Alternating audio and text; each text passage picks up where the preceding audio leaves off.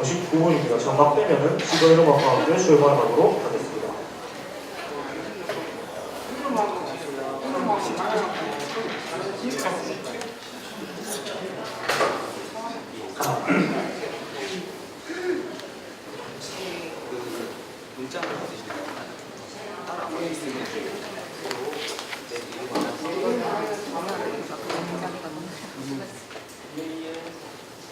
여기 앉아 계신 분 이거 괜히 일을 크게 벌려가지고 저희가 죄송합니다. 나중에 SNS에서 찾아보세요. 본인의 얼굴이 나오지 않으니까. 참고로 말씀드리면 저희는 손잡아요. 네, 스마일.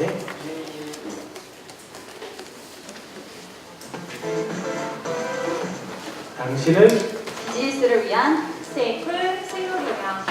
안녕하십니까. 스테이플 생존경영 청취자 여러분, 유니버시티에 진행하는 김하는 팀장입니다. 반갑습니다. 먼저 인사와 소개 부탁드리겠습니다. 네, 안녕하세요.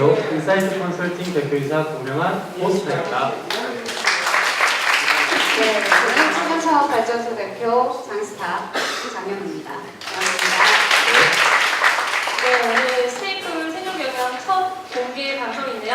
정말 많은 분들이 와주셨습니다. 오늘 추운데도 불구하고 먼 걸음 해주신 여러분께 정말 감사의 말씀드리면서 너무 반갑습니다. 정말 실제로 청취자분들을 뵙게 돼서 너무너무 반갑고요. 오늘은 9시까지 2시간 동안 진행되는 공개 방송 어떤 내용으로 채워져 있는지 소개해드려야겠죠?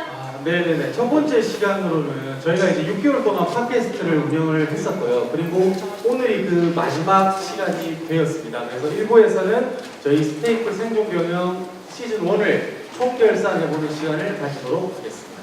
네, 그리고 오늘의 특별 게스트 가차 이원준 대표님하고 스마트 파머의 이종훈 대표님과 함께 2018년 올해 스타트업 업계의 동향에 대해서 살펴보는 시간을 갖도록 하겠습니다. 네, 그리고 이어지는 메인 코너에서는 주식회사 가차와 주식회사 스마트 파머의 스타트업 생존 노하우에 대해서 현장에서의 생생한 이야기 들어보겠습니다. 그리고 마지막으로 2019년 바뀌는 사업 정책과 주목해야 하는 지원 사업에 대해서 알아보겠습니다. 그럼 곧바로 스테이플 생존 경영 시즌 1 돌아보기 시작하겠습니다.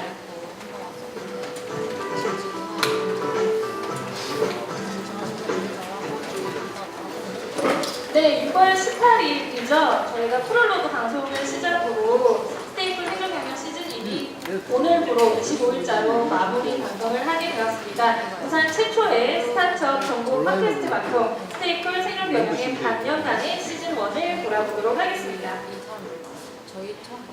네, 먼저 소개해드릴 내용은 어떻게 스테이플 생존경영이 시작되었는지에 대한 이야기인데요. 먼저 왜 이 방송을 시작하게 됐는지 기획 의도가 어떻게 되나요? 고스타님. 네네네. 제가 사실은 이 방송을 준비하는 게 3년 정도 걸렸습니다. 3년 전부터 이제 팟캐스트라는 것을 부산에 계신 분들도 많이 아시겠지만 팟캐스트에서 많은 정보를 얻었다라고 보고 있고 3년 전부터 저는 블로그를 운영하면서 개인적으로 스타트업 칼럼을 쓰기 시작했고요. 그걸 토대로 이제 팟캐스트를 해야지 마음을 먹었었는데 사실 이제 팀 멤버를 구하기가 쉽지가 않았습니다. 그러다가 우연히 이제 저희 이제 장스타님과 정우표 PD를 만나가지고 시작을 하게 됐는데 시즌 1의 제목이 저희가 스테이플 생존 경영이지 않습니까? 그래서 저희의 타겟 고객층은 예비 창업자에서부터 창업 3년 미만으로잡습니다.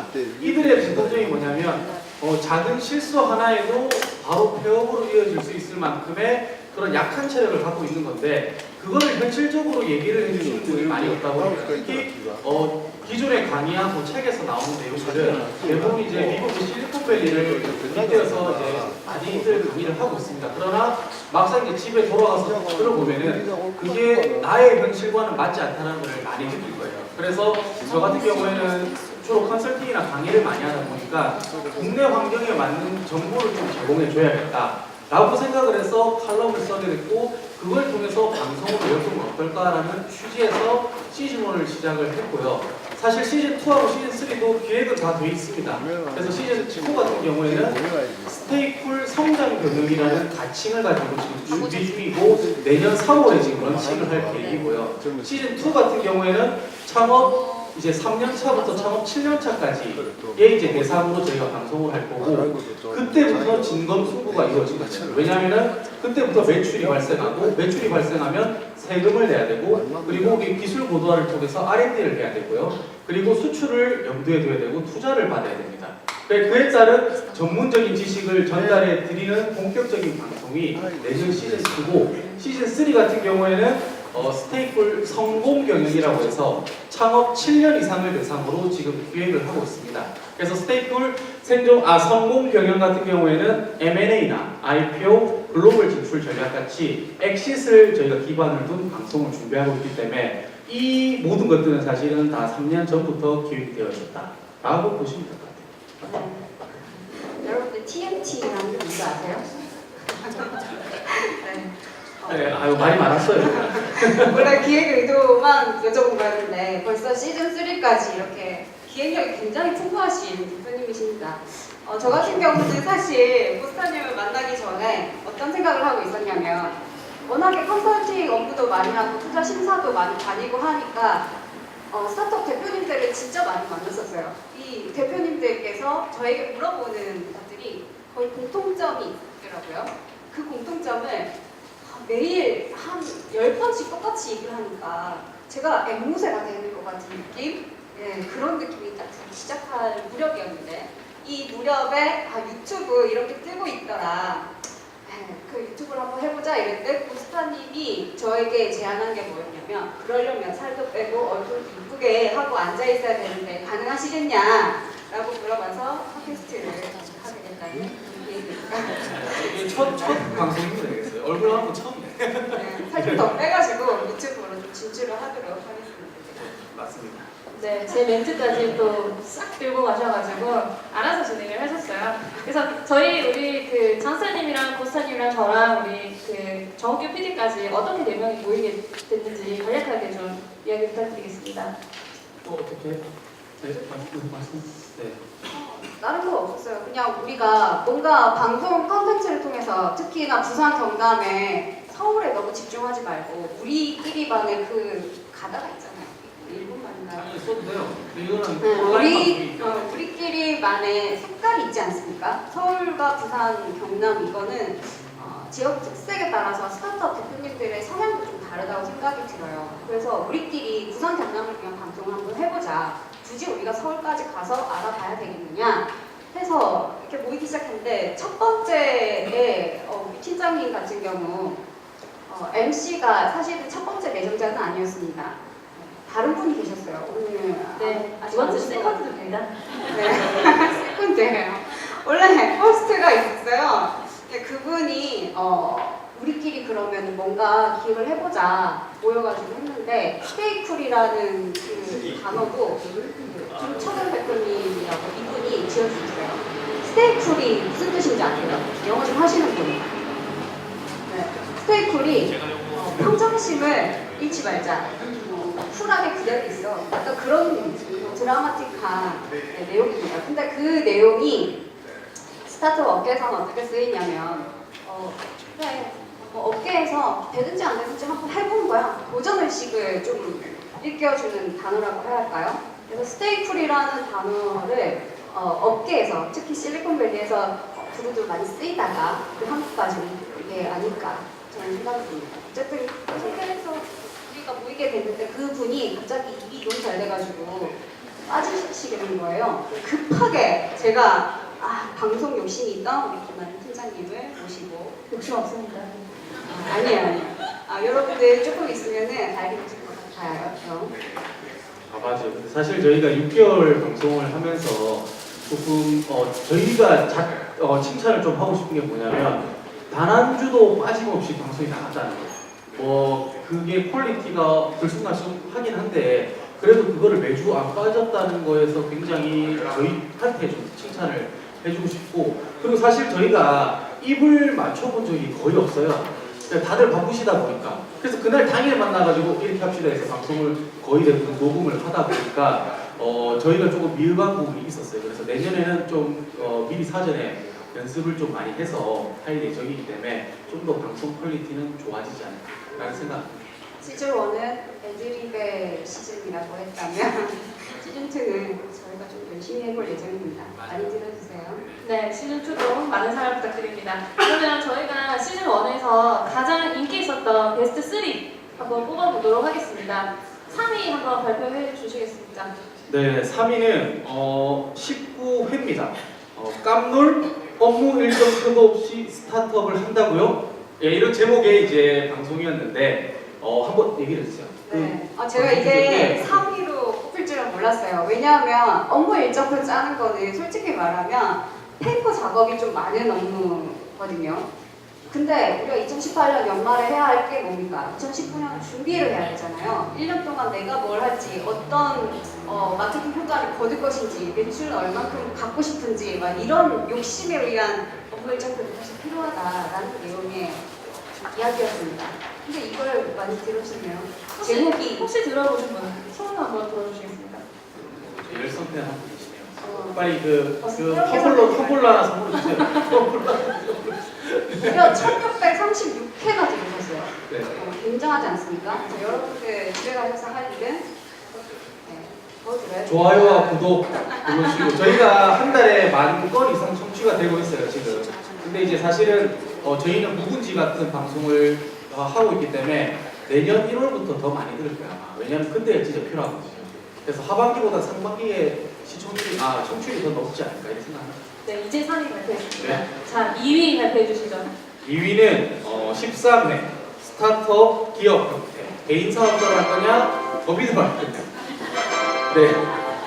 그 제일 궁금해하는 거 아니에요. 스타트업 하는데 내가 개인 사업자로 할지 법인으로 할지. 사실 이제 제가 그냥 결론만 말씀드리자면 준비가 좀 덜 됐다 하면 개인 사업자.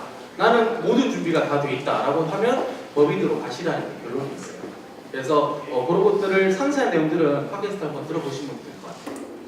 네, 그 다음 마지막 1위. 1위. 대망 1위입니다. 1회였고요. 좋은 컨설턴트를 만나는 방법. 네. 총 2613회를 들으셨습니다. 이 컨설턴트에 대한 인식이 사실은 부정적인 게 굉장히 많아요. 여기 계신 분들이 창업을 해보신 분들이라면 컨설턴트를 이제 뭐 멘토링이나 이런 쪽에서 만나면은 대부분 실망을 하는 경우가 참 많다 보니까 부정적인 인식이 사실은 많은 편입니다. 그래서 그거를 어떻게 선별하는 법인이라든지 제가 느꼈을 때 이런 분들은 좀 아니다라고 하는 분들에 대해서 좀 설명을 드렸었어요. 근데 생각보다 그쪽을 좀 좋아하시는 것 같기도 하고요. 근데 이게 1회라서 누적해서 많이 들어서 아마 제가 봤을 때는 많이 듣지 않았을까 이런 생각을 합니다. 아닙니다. 저는 1회 내용 굉장히 좋았습니다. 그, 좋은 예. 컨설턴트를 만나는 거. 솔직히 그래서 굉장히 좋은 솔직한 컨설턴트로 방송이었어요. 누구냐 했을 때 우리 둘이다. 그래서 결론은 좋은 컨설턴트는 우리 둘이다라고 결정을 내리긴 했는데 한번 들어보시면 좋을 것 같아요. 왜냐하면 일단은 우리가 의무적으로 들어야 하는 시간이 있어요. 네. 근데 그 시간 중에서 좋은 멘토들을 만나야 내 사업이 더 잘 될 텐데 아깝잖아요. 시간이나 돈이나. 우리 그렇죠. 창업자들은 돈도 별로 없는데 가성비가 좀 좋아야 되지 않겠습니까? 컨설턴트들을 잘 골라야 된다. 생각했습니다.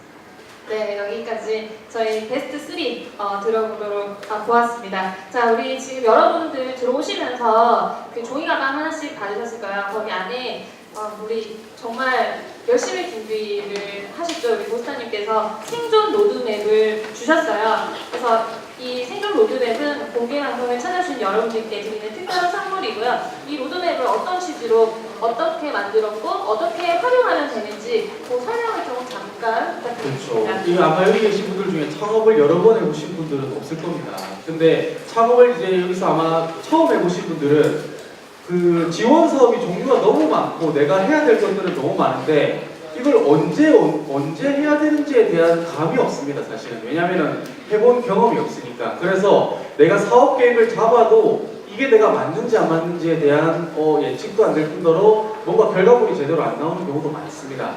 근데 우리나라 같은 경우에는 제가 이거를 만든 취지가 뭐냐면 미국하고 다르다는 점을 좀 말해주고 싶었어요. 우리나라는 정부 주도의 지금 창업 환경이기 때문에 정부에서 단계별로 이렇게 창업 지원이 굉장히 잘 돼 있습니다. 근데 미국 같은 경우에는 정부 지원보다는 민간 투자 중심으로 이제 돌아가다 보니까 거기는 투자 유치를 통해서 당연히 글로벌 기업이 돼야겠다라는 전략이 있는 거거든요. 근데 제가 여기서 이제 중간중간에 적어놓은 이제 1차 추구매 계곡, 2차 추구매 계곡이 있는데 일단 창업 준비에서 우리가 제일 먼저 도전을 해야 될 곳은 창업 사업화 지원 사업이에요. 근데 거기서 일단 50%는 탈락을 하게 됩니다. 여기 계신 분들 중에 50%는 탈락을 하게 되고요. 그리고 2차 때는 창업 사업화 지원 사업에서 이제 이 다음 단계로 넘어가시는 분들이 있어요. 이 다음 단계에서 준비를 제대로 못하면은 여기서 또 그 나머지 50%가 떨어집니다. 그리고 2단계까지 와도 이 다음 단계에서 또 무너지는 기업이 또 거기서 50%가 나와요. 그래서 우리나라 창업 통계를 보면은 3년 이후에 폐업할 확률이 80% 나오는 이유가 이 단계별로 하나씩 다 무너지는 거예요. 근데 그거를 이제 준비하실 때 내년도 올해 지금 예를 들어서 창업 사업화 지원 사업에 합격했다라고 치면은 지금 당장 내년에 어떤 거를 목표로 도전을 해야 되냐면 R&D 지원 사업으로 넘어가야 되는데 R&D 지원 사업 같은 경우에는 아이디어만으로 들어갈 수 있는 사업이 아닙니다. 그렇기 때문에 제일 먼저 해야 되는 게 이공계 직원을 한 명 뽑아가지고 연구소를 만들어야 돼요. 연구소를 만든 다음에 그걸 가지고 벤처기업으로 넘어가야 되고 그 창업 사업화 지원 사업에서 얻은 그 특허를 가지고 R&D로 넘어가야지만 성공 확률이 70%가 나오는 거예요. 근데 그걸 모르고 그냥 R&D로 들어갔다가는 다 떨어지게 되고요. 이게 떨어지게 되면은 그 해에는 자금에 목말라가지고 폐업을 할 수밖에 없습니다. 그렇기 때문에 올해 창업 준비를 하시는 분들은 내년에 창업 사업화 지원 사업을 1차 목표로 가야 되고 올해 창업 사업화 지원 사업에 참여하신 분들은 R&D 지원 사업을 목표로 하셔야 되고 올해 R&D까지 들어오신 분들은 내년에 R&D하고 수출하고 투자를 연계해서 가셔야 된다는 게 이 로드맵의 생존 로드맵인데 이거는 저희가 이제 제가 적어놓은 거는 선택을 하라는 게 아니고 무조건 다 해야 돼요. 필수입니다. 필수. 하나라도 빠지면 여기서 다 비껴요. 그러니까 창업 3년까지는 굉장히 긴장을 하면서 사업을 해야 되고 이런 타임 스케줄을 잘 맞춰야 된다는 의미에서 제가 만든 거예요. 그리고 여기 밑에 QR코드 있죠. QR코드를 찍어보시면 저희 팟캐스트 방송하고 제가 이제 3년간 썼던 그 칼럼 그 링크로 바로 넘어갑니다. 그래서 상세한 내용들을 보고 싶으면 글로 바로 넘어가서 확인하시면 돼요. 그래서 제가 아까 처음 얘기할 때 보물 지도라고 말을 한 게 여기 안에서 다 정보를 얻을 수 있습니다. 그리고 이게 제가 이제 디자인에 좀 신경을 많이 썼어요. 그래서 인테리어 소품으로 좀 쓰시라고. 그래서 우리가 벽에 걸어 놓으면 그래도 좀 우리 사무실이 굉장히 좀 있어 보여야 되니까 그런 의도에서 좀 만들었다라고 보시면 될 것 같습니다. 제 개인적인 생각인데 이 로드맵을 짜가지고 오셨잖아요. 저희가 이렇게 로드맵을 진짜 이렇게까지 만들어가지고 드리는 거는 가치가 굉장하다. 저는 칭찬드렸었어요. 그렇죠. 아니 정말 아니, 대단하시고 이거 사업을 딸 때마다 공짜로 제 생각을 거기에 하다니. 오디오 불리고 있습니다. 우리 서로 TMT거든요. 이해해 주세요. 아무튼 이거를 만약에 집에 가다가 잃어버리시거나 버렸다? 이거는 제가 굉장히 용납할 수 없을 것 같습니다. 주워다가 받아들일 것 같아요. 그 정도로 가치가 큰 로드맵이라고 제가 생각이 들고 이거는 방송에서도 한번 얘기한 적이 있었는데 정말 교과서에도 실릴 만한 이 작품이다 라고 생각을 하고 있습니다. 사실 이건 이제 교재나 이런 게 없어요. 시중에 나와 있는 책이나 강의에서는 절대 볼 수 없고 연구소라 벤처기업 인증이나 정책자금 강의를 따로따로 다 듣거든요. 근데 그걸 이어져서 이게 어떻게 이어지는지를 알아야 되는데 여기 계신 분들은 그걸 따로따로 듣다 보니까 이거 언제 취득해야 되고 언제 사람 뽑아야 되고 언제 이 사업을 들어가야 될지를 모르는 거예요.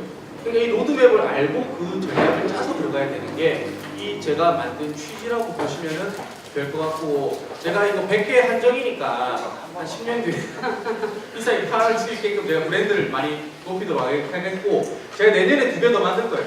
내년에 만드는 거는 스타트업 성장 마케팅 로드맵이라고 해서 마케팅도 사실 교육을 하시는 분들이 SNS 따로 가르치시고 그 다음에 네이버에 있는 거 따로 가르치시고 카카오에 있는 거 따로 가르치잖아요. 근데 그것도 로드맵을 그리고 들어가야지만 제대로 될 수 있는 거고 마지막에 들어가는 거는 수출 로드맵을 제가 또 만들 거예요. 그래서 내년에는 2개 더 이제 선물로 드릴 거니까 방송이 뭐 여기서 하든 뭐 다른 데서 하든 간에 일단은 그런 걸 좀 챙기셔가지고 좀 사업하시는데 길을 잃지 않았으면 좋겠습니다. 네, 여기까지 생존 로드맵 받으신 생존 로드맵 잘 활용하셔가지고 내년 사업하는데 많은 도움이 되시면 좋겠습니다. 네, 여기까지 스테이크 생존 경영 시즌 1 돌아보기였습니다.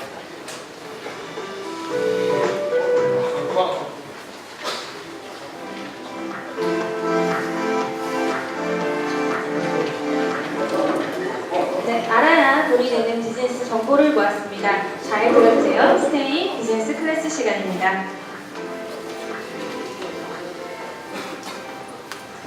네, 2018년 올해 스타트업 총 결산에 대해서 알아보도록 할 텐데요.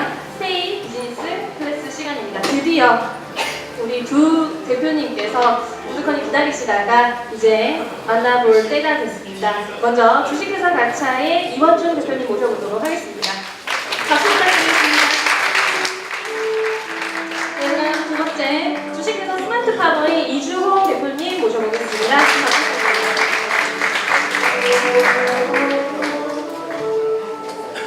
네, 두 대표님 이제 마이크를 조금 온 해주시겠습니까? 네, 우리 그 가차 대표님부터 먼저 간략하게 소개와 인사 부탁드리겠습니다. 안녕하세요. 저는 주식회사 가차의 대표 이원준입니다. 저는 오토 기반의 해운대 출장세차 플랫폼을 운영하고 있습니다. 반갑습니다. 네, 스마트파머 대표님 소개 부탁드립니다. 네, 반갑습니다. 저는 부산에서 엑셀레이트 활동을 하고 있는 스마트팜의 이주홍이라고 합니다. 엑셀레이트 다들 알고 계시듯이 창업 초기 기업의 비즈니스 모델을 같이 만들기도 하고 투자까지 해서 여러분들에게 좀 파트너의 역할을 하고 있다고 생각을 하고요. 저희 엑셀레이터가 작년부터 등록제를 실시했어요. 중소기업부 등록된 엑셀레이트들이 저희가 협회를 있습니다.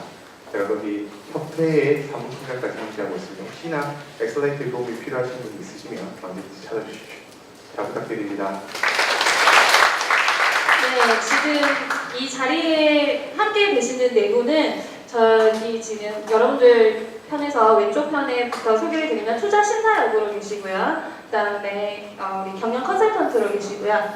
그다음에 우리 창업자로 계시고요. 엑셀러레이터로 일을 하고 계십니다. 그래서 각각의 이렇게 각자의 위치에서 각자의 입장에서 들어보는 우리끼리 해보는 2018년 스타트업 총결산에 대해서 이야기를 해보고자 하는데요. 저희 다들 대표님이시다 보니까 다들 말씀들이 많으세요. 기세요. 그래서 저희가 발언 시간을 항상 3분으로 드리고요. 2분이 됐을 때는 저희가 띵동 하고 이렇게 알림음을 드릴 겁니다. 그러면 어서 빠르게 마무리하라는 사인이니까 잘 주의해 주시면 되겠습니다.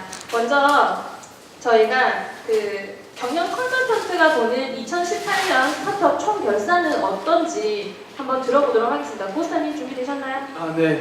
2018년도 같은 경우에 크게 주목해야 될 변화들이 몇 개 있었습니다. 첫 번째는 오토 기반의 플랫폼 서비스들이 좀 약진을 하고 있다. 그게 뭐냐면 기존에 있는 분들 말고 올해 이제 내가 아이디어를 가지고 이런 플랫폼을 만들어 보겠습니다 하고 지원 사업에 들어오신 분들 있잖아요. 그 중에서 자체 개발 능력이 안 되고 네트워크 능력이 약하신 분들은 대부분 다 탈락을 하는 게 올해의 추세였다고 볼 수 있고, 대신에 생활용품이나 유아용품이나 반려동물 용품 같이 그냥 일반 제조용품이지만 스타트업만의 가치가 담아있는, 디자인의 가치가 담아있는 기업들이 오히려 매출을 많이 올리고 있더라 라는 게 제가 봤을 때의 올해 2018년도에 좀 그런 업종별 특징인 것 같고요. 두 번째 같은 경우에는 창업사업화 지원사업 중에 창업선도대학이나 청년창업사관학교나 스마트벤처 캠퍼스 같은 그런 사업들이 기존에는 사업계획서 양식이 다 주먹구구였습니다. 다 달랐어요. 근데 올해 처음으로 그거를 통합시켜버렸어요. 그러면은 이거는 창업자가 봤을 때는 굉장히 좋은 겁니다. 왜냐면은 하나만 제대로 쓰면은 이거를 여러 가지 사업에 다 넣을 수가 있어요. 거기서 붙는 거 그냥 돈 제일 많이 주는 대로 가면 돼요. 그게 올해 바뀐 거고 내년에도 이렇게 갈 거예요. 그러니까 여기에서 창업 준비하시는 분들은 1차적으로 뭘 해야 되냐면 창업 사업화 지원 사업 사업 계획서를 다운받아가지고 미리 잘 만들어 놔야 되는데 그것도 제가 조만간에 풀 겁니다. 그거 보고 따라 만드시면. 그리고 세 번째, 올해 드디어 기보신고에서 연대보증이 폐지가 됐습니다. 맨날 폐지한다 했는데 드디어 폐지를 한다고 했으니 이제부터는 여기 계신 분들이 대출을 좀 받더라도 부담이 없어요. 그러니까 뭔가 도전을 더 하라는 의미에서 그렇게 변경이 됐기 때문에 그런 쪽으로 좀 자금을 융통하시면 되고, 네 번째는 올해 깜짝 등장한 사업이 2개가 있습니다. 추경 예산으로 등장한 사업 2개가 뭐냐면 기술력 신형 창업 지원 사업이 하반기에 갑자기 나왔어요. 그 사업은 내년에 굉장히 좋아지는 사업이기 때문에 메모하셨다가 반드시 기술혁신형 창업 지원 사업을 들어가셔야 되고, 그리고 생활혁신형 아이디어 톡톡이라는 사업이 있어요. 2천만 원 빌려주는 자금인데 성공불 자금이기 때문에 이게 열심히 해서 망할 경우에는 안 갚아도 됩니다. 그러니까 그거를 너무 악용하지 마시고, 그 자금은 진입 장벽이 낮기 때문에 소액이 필요하신 분들은 그쪽으로 넘어가시는 게 좋고, 마지막으로 말씀드리고자 하는 거는 올해까지는 이제 창업 사업과 지원 사업에 합격하신 분들이 부산시에서 하는 창업 지원 사업 9기로 들어오는데 제약이 없었어요. 그거를 이제 막는 게 불법이 아니었는데, 내년에는 그런 것들을 이제 중복수혜 받는 거를 막으려고 하고 있어요. 그래서 내년에는 아마 제가 봤을 때는 이런 이제 사업을, 비슷한 사업은 2개 이상은 받기는 어려울 것 같다 라고 하는 게 제가 생각하는 2018년이다 라고 보시면 될 것 같습니다. 네. 이어서 우리 창업하시는 창업자가 그 2018년 스타트업 총 결산은 어땠는지, 어떻게 느끼셨는지 말씀해 주시면 되겠습니다. 우리 가차 대표님. 옆에서 고스타님께서 너무 자세하게 설명을 잘 해주셔가지고 제가 드릴 말씀은 별로 없을 것 같아요. 근데 저는 이제 야생에서 정말 버티고 있기 때문에, 근데 업력이 지금 2년 5개월밖에 안 됐습니다. 그러다 보니까 뭐 투자니 뭐 정책이니 이런 걸 살펴볼 시간도 솔직하게 부족합니다. 인원이 없으니까. 맞지 않습니까? 스타트업을 운영하기 위해서는 많은 인력들이 필요한데, 저희 같은 경우에는 최소의 인원으로 꾸려하다 보니까 제가 하는 일도 뭐 한 1인 5역을 하고 있고, 그렇다 보니 투자에 관해서 좀 찾아보고 정책을 살펴보고 할 시간이 별로 없어요. 왜? 제 일을 하기도 바쁘니까. 이게 진짜 현실이거든요. 그렇다 보니까 한번 시작할 때마다 홈페이지 들어가서 보고, 그리고 기관 홈페이지 들어가서 보다 보면 우리 회사랑 이게 맞나? 아닌가? 정말 써내보면 될까 안 될까도 고민이 많이 돼요. 근데 한번 써보면 또 되는 경우도 있었고 또 안 되는 경우도 있고 그렇거든요. 그런 고민들을 되게 많이 하시는데, 그러다가 또 내가 페이퍼워크의 노예가 되는 게 아닌가, 그런 고민도 아마 하게 되실 거고요. 또 그러다 보니 저 같은 경우에는 일단 좀 뒷전에 뒀어요. 정책이나 뭐 투자 관련 좀 부분을 좀 뒷전에 두고 제 일만 열심히 했습니다. 올해 한 해. 그래서 내년 2019년도는 이제 저희가 이제 업력 3년차를 앞두고 있어서 IR 투자라든지 많이 살펴보고 있거든요.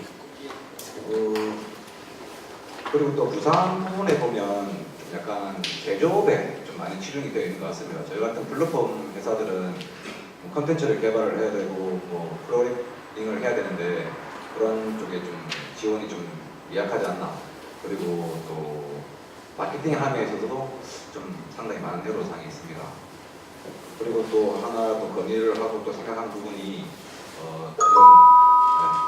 중소기업 정책에 대해서, 그리고 벤처기업을 운영하시는 대표들이라든지 또 각종 경영진들이 모여서 그렇게 한번 회의를 해서 정책을 한번 발의를 할 수 있는 그런 계기가 좀 나왔으면 하는 그런 생각입니다. 네, 건의까지 잘 들어보았습니다. 그럼 이어서 우리 엑셀러레이터가 보는 2018년은 어땠는지 들어보겠습니다. 이렇게 간단한 줄 많았을 텐데.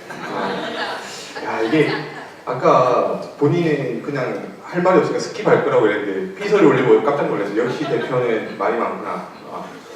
이렇게 2018년도를 아주 간단하게 투자자 입장에서 시장을 좀 보면요, 크고 다양해졌다가 결론입니다.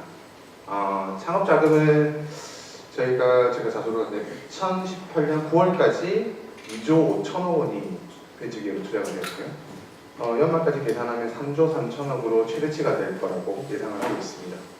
이게 커졌다는 건 굉장히 중요한데요. 이게 왜 커졌을까를 보려면 투자하는 주체들이 굉장히 다양해졌다는 생각이 있습니다.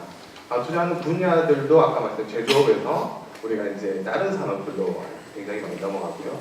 특히나 창업 초기에 투자 비율이 높아진 것, 그리고 생명과학이나 정보통신 분야의 투자의 금액이 높아졌다는 것들에 굉장히 큰 변화다라고. 사이트단들에게 오펀드를 투자해서 저희가 투자를 활성화할 수 있게끔 도와주고, 마지막은 아주 시드단에 엔젤 투자자들에게도 많은 세제 혜택을 제공함으로써 투자를 활성화해줬다는 게 있습니다. 아까 뭐 창업 3년 이내 뭐 이런 이야기를 많이 하시는데 투자는 내가 필요할 때 받는 겁니다. 꼭 3년 이내여서 받아야 되는 건 아닙니다. 근데 이게 법적으로 엑셀라이트가 있고 엔젤이 있고 그다음에 VC가 있고 PE가 있고 이런 단계로 성장을 하고 있는데 엑셀레이터들은 법으로 정해져 있습니다. 창업 3년 이내만 투자를 할 수 있거든요. 그래서 내가 창업 2년 반이다 하시면 꼭 언급하실 겁니다. 그래서 준비를 좀 하셔서 이제 초기의 창업 자금도 유치하는 것도 전략으로 한번 세워야 되지 않을까 하는 생각들도 좀 하시고. 네, 이어서 우리 투자 심사역 입장에서 보는 관점은 어떤지. 네, 2018년 투자 심사를 하기 위해서 정말 전국 곳곳을 막 다닌 것 같아요. 다니면서 느낀 게 뭐냐면 저같이 젊은 플레이어들이 좀 많이 생겨났다. 각 기관마다 30대 중후반, 40대 초반의 젊은 플레이어들이 투자 심사를 하기 위해서, 그러니까 여러분들 같은 스타트업들을 발굴하기 위해서 많이 돌아다니고 있다는 점이 굉장히 눈에 띄었습니다. 2017년도와 2018년도를 비교를 하면 투자 심사를 하시는 분들 대부분이 나이대가 꽤 많이 드셨거든요. 최근에 들어서는 소비자 트렌드 중심으로 스타트업들이 많이 커나가고 있다. 그래서 30, 40대 분들이 소비자 트렌드를 더 명확히 알고 있으니까 이것을 우리가 먼저 만나보자. 만나고 나서 우리 쩐주들이라고 하죠. 네, 돈 많으신 분들께 이러이러한 기업은 어떻겠느냐라고 해서 오히려 역으로 제안하는 케이스가 좀 많이 생겨났다라고 볼 수 있겠습니다. 좀 전에 말씀드렸듯이 그 창업 아이템 자체가 투자 심사할 때 보면은 소비자 중심의 아이템이 굉장히 많았습니다. 무슨 말이냐면 암만 좋은 기술을 가지고 있다고 하더라도 이 기술이 수용성이 있냐 없냐 이것을 투자 심사역들이 많이 보거든요. 이 투자 심사라는 것 자체가 그냥 일반적으로 펀드에서 투자를 받는다는 거 그런 것뿐만 아니라 정부 기관에서 이제 진행하는 정부 지원 사업들 이런 데서도 저희가 활동을 하고 있거든요. 모든 게 다 포함된다고 여러분들께서 보시면 되겠고 이 케이스 자체가 2019년도까지도 쭉 이어갈 겁니다. 이 어려운 기술을 일반 소비자들이 어떻게 납득하게 만들 것인가, 그리고 사게끔 만들 것인가, 사고 싶어서 미치도록 만들 것인가, 여기에 우리가 투자 심사하는데 더 많은 점수를 주고 있다라고 보시면 되겠어요. 게다가 비슷한 사업체들이 많이 생겨났습니다. 네, 아이템들이 여러 가지가 있어요. 전국을 돌아다닌다고 했잖아요. 전국 돌아다니다 보면은 A라는 아이템 자체가 한 10몇 개가 있어요. 여러분들이 생각하는 거 하나만 있는 게 아닙니다. 근데 그 여러 개 중에서 투자 심사역들이 뽑는 것 기준 자체가 플러스 된 게 뭐냐면 같은 아이템이지만 비즈니스 모델이 확연히 차이가 나서 전략이 풍부해서 전략적으로 우리가 승소할 수 있다, 성공할 수 있다라는 게 판단이 되면 투자를 하고 있고요. 플러스 CEO 리스크를 줄이기 위해서 그 CEO 자체를 많이 보고 있습니다. 최근에 이슈 되게 많았었잖아요. 대기업뿐만 아니라 중소기업, 벤처기업, 스타트업까지도 지원금 받아가지고 외제차 산다거나 시계 산다거나 이런 분들이 한 번씩 눈에 보였기 때문에 CEO 리스크를 줄이기 위해서 창업자 본인을 열심히 보고 있다라고 보시면 되겠습니다. 2019년도에도 이 동향은 계속적으로 진행되어 있어요. 네. 맞췄어요? 3분? 네. 정확하게, 신속 정확하게 우리 2018년도 스타트업 투자와 정책 총결산에 대해서 우리끼리 해보는 총결산 들어보았습니다. 우리 경영 컨설턴트 그리고 스타트업 대표, 그 다음에 엑셀러레이팅 투자 신사역 대표의 시각으로 이렇게 다양하게 들어볼 수 있어서 좋았습니다. 어떠셨나요? 괜찮으셨나요? 네, 감사합니다. 여기까지 스테이 비즈니스 클래스 2018년 스타트업 총결산 시간이었습니다. 이렇게 1부는 마무리 짓고 2부에서 좀 더 생생한 스타트업 현장 이야기, 가차와 스마트 파머의 쿨쿨 생존 정보, 스타트업 생존 노하우 시간으로 돌아옵니다. 있는 거예요. 여러분이 지금 자, 저희가 로고송이 인되면 다시 하도록 하겠습니다. 저희 박수 아닙니다. 여러분이 지금 부산 창업카페 2호점에서 함께하고 있는 스테이클 생존경영 공개방송을 함께하고 계십니다. 네, 로고송 듣고 왔고요. 저희 이렇게 합니다. 네. 박수 한번 쳐주세요. 감사합니다. 이거 맞습니다. 이게 생방송의 명입니다. 네. 네. 2부 바로 시작해 보도록 하겠습니다. 비즈니스에 꼭 필요한 생존 정보를 생생하게 들어보는 시간, 쿨쿨 생존 정보 시간입니다. 가차 이원준 대표님과 스타트파머 이주원 대표님께서 현장에서 직접 겪고 있는 생생한 스타트업 생존 노하우를 들어보는 시간인데요. 먼저 가차 이원준 대표님과 이야기를 나눠보도록 하겠습니다. 앞서 간략하게 소개했지만 조금 더 자세하게 창업을 하게 된 계기부터 한번 들어보고 싶습니다. 어떻게 그 아이템으로 창업하게 되셨는지가. 가차는 그 오토 기반으로 한 해원제 관리, 차량 관리 플랫폼인데요. 처음부터 이렇게 일을 크게 벌릴 생각은 1도 없었습니다. 제가 차를 정말 좋아하다 보니까 바삐 살다 보니 집에 또 늦게 들어가게 되고 차도 세차도 못하고 그러다가 이제 주차를 했는데 아파트 내에서 월세차 하고 계신 분이 계신 거예요. 차 좀 맡겨서 이제 관리를 받았죠.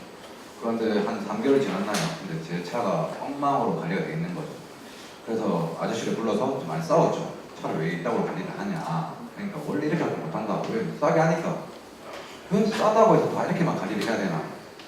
그런 고민을 좀 했죠. 그래서 인터넷으로 좀 검색을 해보니 전혀 없는 거예요. 스팀 세차 업체들만 있고 해원제 관리를 하는데 인터넷으로 드러나 있는 회사가 3년 전에는 없었습니다. 저희 회사 말고. 그래서 크게 할 생각도 없었고 부산에 제가 살고 있는 해운대를 베이스로 해서 저 같은 사람들이 분명히 존재하니까 그런 사람들 상대로 사업을 해보자 해서 진행했거든요. 그러다 보니 다른 것도 준비해야 되고 디자인도 해야 되고 하다 보니까 일이 좀 커졌어요. 그게 참 어떻게 된 계기입니다. 확실한 프라블러가 있네요. 네. 그러면 저는 궁금한 게 지금 이제 2년 반 정도 되셨고 한데 올해 예상 매출이 어떻게 되십니까? 올해 아주 민감한 질문입니다. 세네요. 센 질문이에요. 네, 가장 민감한 질문인데 3년, 2년 반 서로 별다른 마케팅 없이 현재 지금 월 매출 한 6천 정도? 네. 월 매출 6천이면 한 7억 8억 되겠네, 맞죠? 아마 그 정도 하고 있습니다. 대단하십니다. 그러면은 이게 월 계속 고객이 늘어나고 있잖아요, 맞죠? 비즈니스 모델이 그러면은 네.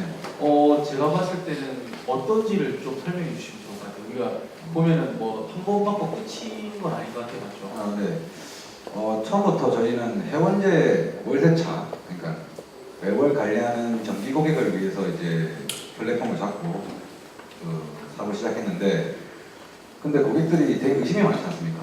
전화 와가지고 너네 월세차 어떻게 하는지 잘 모르겠다. 한 번만 받아보자. 받아보고 괜찮으면 정기 회원으로 하겠다는 분들이 너무 많은 거예요. 그래서 그러면 일회성 원데이도 한번 만들어 볼까? 그래서 원데이를 한번 하게 됐죠. 원데이 하니까 그 원데이 한번 일회성으로 이용해보시고 마음에 들면 회원으로 계속 이어지더라고요. 그렇습니다.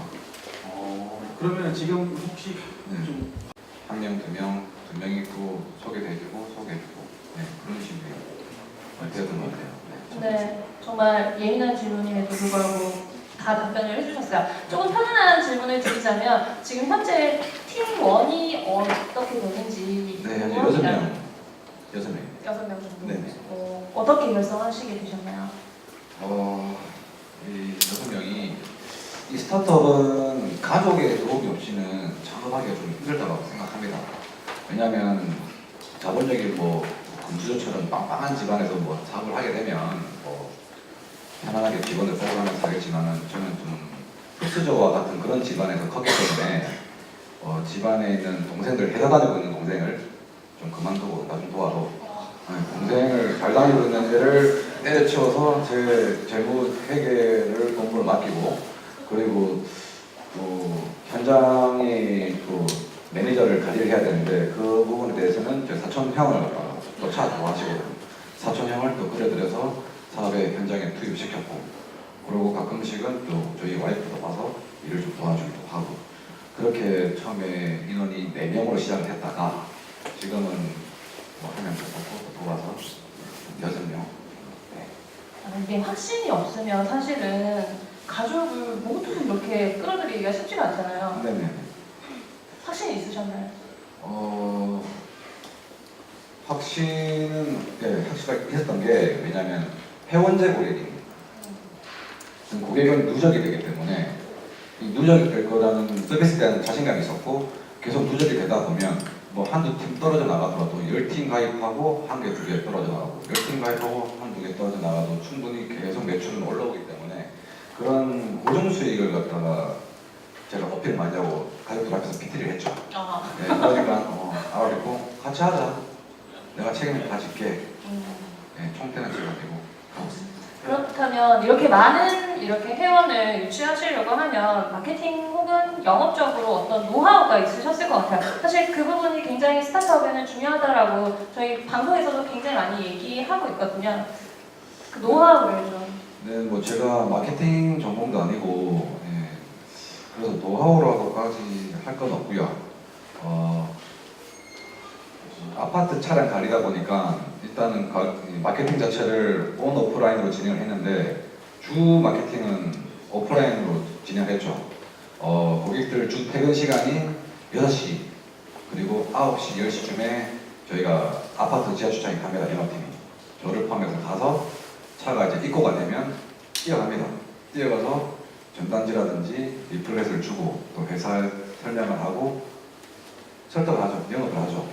그렇게 영업을 하게 되면 그 고객들이 바로바로 현장에서 가입되는 경우도 있고 또는 들고 있다가 한참 뒤에 필요할 때 신청하시는 분들도 계시고 그러다가 인터넷으로 또 검색도 하시면서 이 회사가 현장에서 영업을 하던데 괜찮나 싶어서 인터넷 뒤져보죠. 그러다가 가차가 이런 회사구나 싶으면 또 전화 상담을 들어와서 또 많은 질문을 하고 가입하기도 하고 그렇게 하기도 하고 이제 온라인 영업은 뭐 따로 또 크게 하기보다는 블로그 마케팅 그 정도 진행하고 그리고 네이버 그리고 다음 같은 키워드 노출할 수 있도록 그렇게 좀 진행을 하고 있는 상태예요. 오프라인으로 더 많이 이렇게 네, 하시는 네. 케이스시나 자주 듣다 보니까 자금이 없어서 오프라인으로 직접 뛰신다고 합니다. 저희 옆에서 봐도 거의 모든 이렇게 대표님들이 오프라인으로 많이 실질적으로 움직이시더라고요. 그래서 아마 여러분들도 이 온라인 마케팅도 같이 하시겠지만 오프라인도 함께 준비하시면 좋지 않을까 생각을 합니다. 그러면 혹시 정부 지원 사업을 받은 경험이 있으신지요? 부산 고용 포럼인가요? 네, 거기서 한번 한 명을 고용하게 되면 나온 지원 근무하고 또 이번에 부산 경제진흥원에서 마케팅 지원 사업이 있어서 저희가 지금까지 2년 5개월 동안 받은 게 1,500만 원 정도 되는 것 같아요. 거의 못 받았는데 우리. 네. 여기 계신 분들이 더 많이 받았을 것 같아요. 신경도 안 쓰고 있었으면 신경도 안 쓰고 있었어요. 근데 저는 대표님은 참 대단하다고 생각하는 게 왜냐하면 여러분들도 사실 스타트업 하면서 팀워크 하는 게 진짜 어렵거든요. 네, 맞습니다. 네, 가족들 설득하는 것도 만만치가 않아요. PT 하셨대잖아요. 저 같은 경우에도 이렇게 둘러다 보면은 거의 회사 대표님들께서 진짜 직원 채용하는 거, 팀원 구하는 거 진짜 어려워요 라고 많이 말씀을 하세요. 근데 대표님처럼 하면 될 것 같아요. 그러니까 직원들도 설득할 수 있는 뭔가가 있어야 되거든요. 우리는 그냥 대기업이나 중소기업이 아니잖아요. 그냥 스타트업이니까 우리가 앞으로 뭐 어떻게 할 건지, 어떻게 성장해 나갈 건지, 나는 어떤 사람인지 직원 채용할 때나 팀원 구할 때 다 설명을 해야 되거든요. 사실은 가족을 셋이나 근데 설득할 수 사실 있었다는 거. 우리나라 통계 보면요, 폐업률이 혼자 1인 창업이 제일 높고 성공하는 기업 중에 대부분은 다 팀 창업인데 그 팀 중에서도 가족 창업이 성공률이 제일 높습니다. 그래서 여기 계신 분들도 아마 스타트업을 포함해서 소상공인도 가보면은 식당에 다 어머니랑 일하고 뭐 동생이랑 일하고 이런 경우가 많잖아요. 왜냐면은 믿을 사람이 가족밖에 없다는 거예요. 사실 직원 뽑아보시면 아시다시피 직원 뽑는 것도 일이고 교육시키는 것도 일이고 뒤통수도 많이 칩니다. 그래서 믿을 사람은 가족밖에 없다라는 걸로 이제 가시는 거 같아요. 예, 가만히 듣고 있어야 돼. 나하고 생각이 너무 달라서. 아, 너무 좋습니다. 생각이 다른 거 저희 좋아합니다. 가족 좋죠. 편하고 급여 적게도 되고 성공 나누면 되고 스타트업은 전문가를 뽑아야 돼요. 내가 하지 못하는 걸 할 수 있는 사람. 그 사람을 설득해 오는 게 대표가 할 일이고 일은 그 전문가가 하는 거예요. 그렇게 하고 싶은데 돈이 없어서. 그러니까 돈이 시작됐습니다. 좋은 직원은 비싸요. 설득을 해가지고 어떻게? 좀 싸게 그렇죠. 어떻게? 좋은 직원은 비싸요. 비싸. 자, 그냥 투자부터 받읍시다. 좋은 직원 도와주시죠. 네. 아무튼 대단하신 분입니다. 그래서 저는 사실 여기에 섭외를 하는 기준이 이렇게 이제 진짜 이제 밑바닥부터 자기가 이제 몸으로 터득해서 뭔가 이 사업 노하우를 배우신 분들이 여기서 이제 이런 얘기를 전달해 주면은 여기 계신 분들은 대부분 이분들처럼 이제 앞으로 가야 되지 않습니까? 근데 오늘의 저희가 여기서 배웠던 생존 로드맵에다가 이분의 그 야생력까지 배우면은 무조건 성공을 할 수밖에 없는 구조가 갈 수밖에 없어요. 그래서 제가 봤을 때는 굉장히 배울 점이 많은 것 같아요. 지금. 투자 없이도 살아남는 그러니까 자생력. 투자도 없고 지원도 없고 되게 대단하죠. 근데 그 나름대로 그 비하인드 스토리가 좀 있습니다. 아 그래요? 그럼 술 먹으면서 그걸 얘기하면서. 네, 계속 이어서 해주시면. 네. 그러면 혹시 그 지금 뭐 앞으로 투자 받을 계획이라든지 정부 지원 사업을 트라이 해볼 계획은 없으신 건지? 당연히 내년부터 진행할 거고요. 네. 또 저희 아까 사전에 얘기하면서 한번 미팅하기로 했습니다. 아, 이 인맥이 이렇게 무섭습니다. 제가 좀 늦은 것 같은 느낌인데요. 스마트 파머 대표님을 제가 섭외했거든요. 이게 멀리 떨어뜨려 놨어요. 서로 의견이 좀 달라요. 저희 사이가 별로 안 좋아요.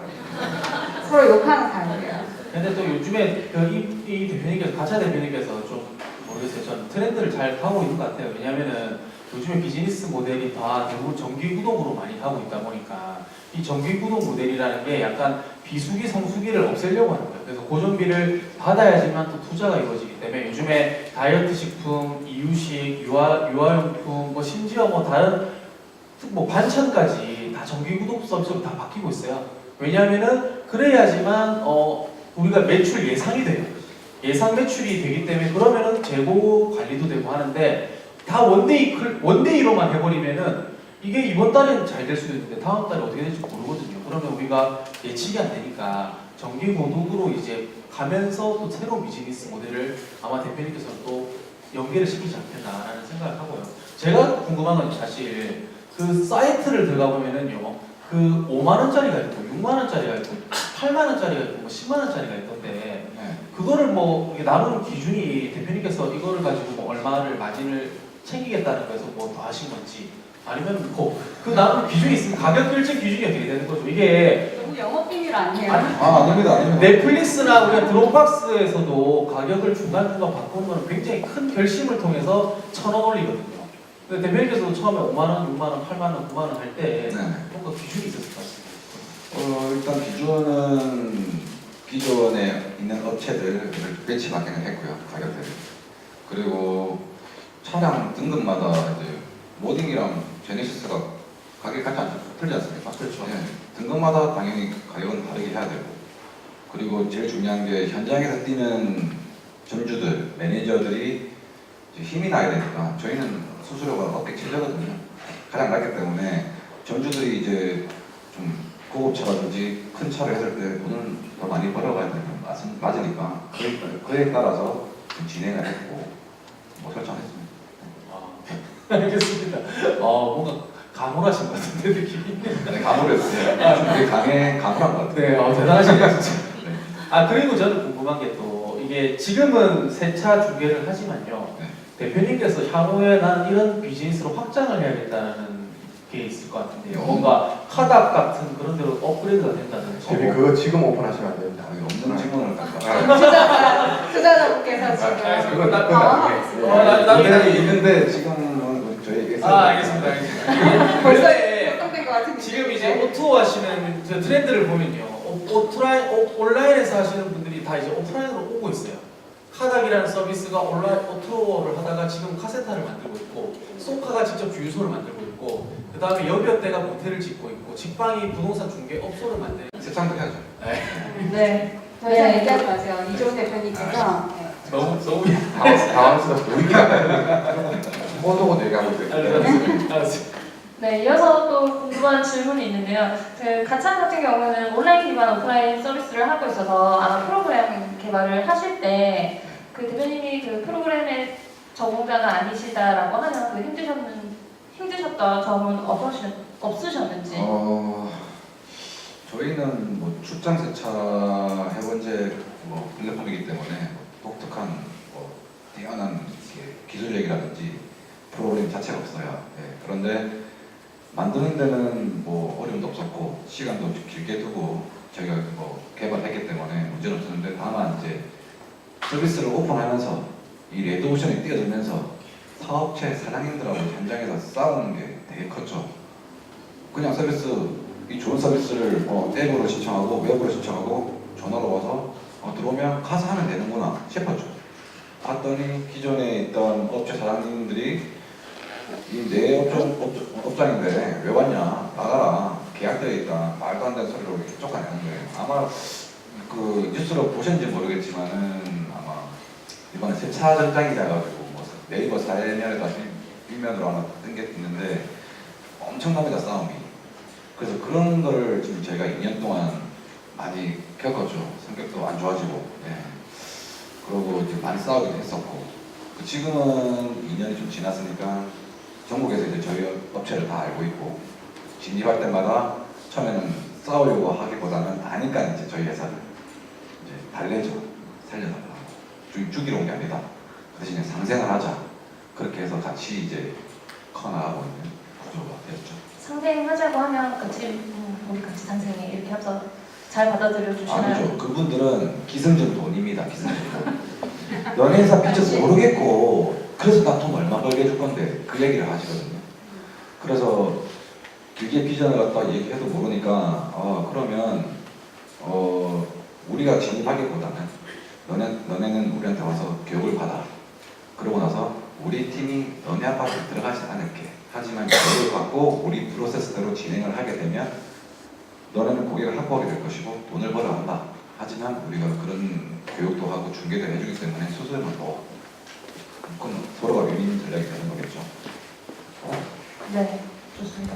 중개도 해주기 때문에 수수료는 더 그럼 서로가 윈윈 전략이 되는 거겠죠.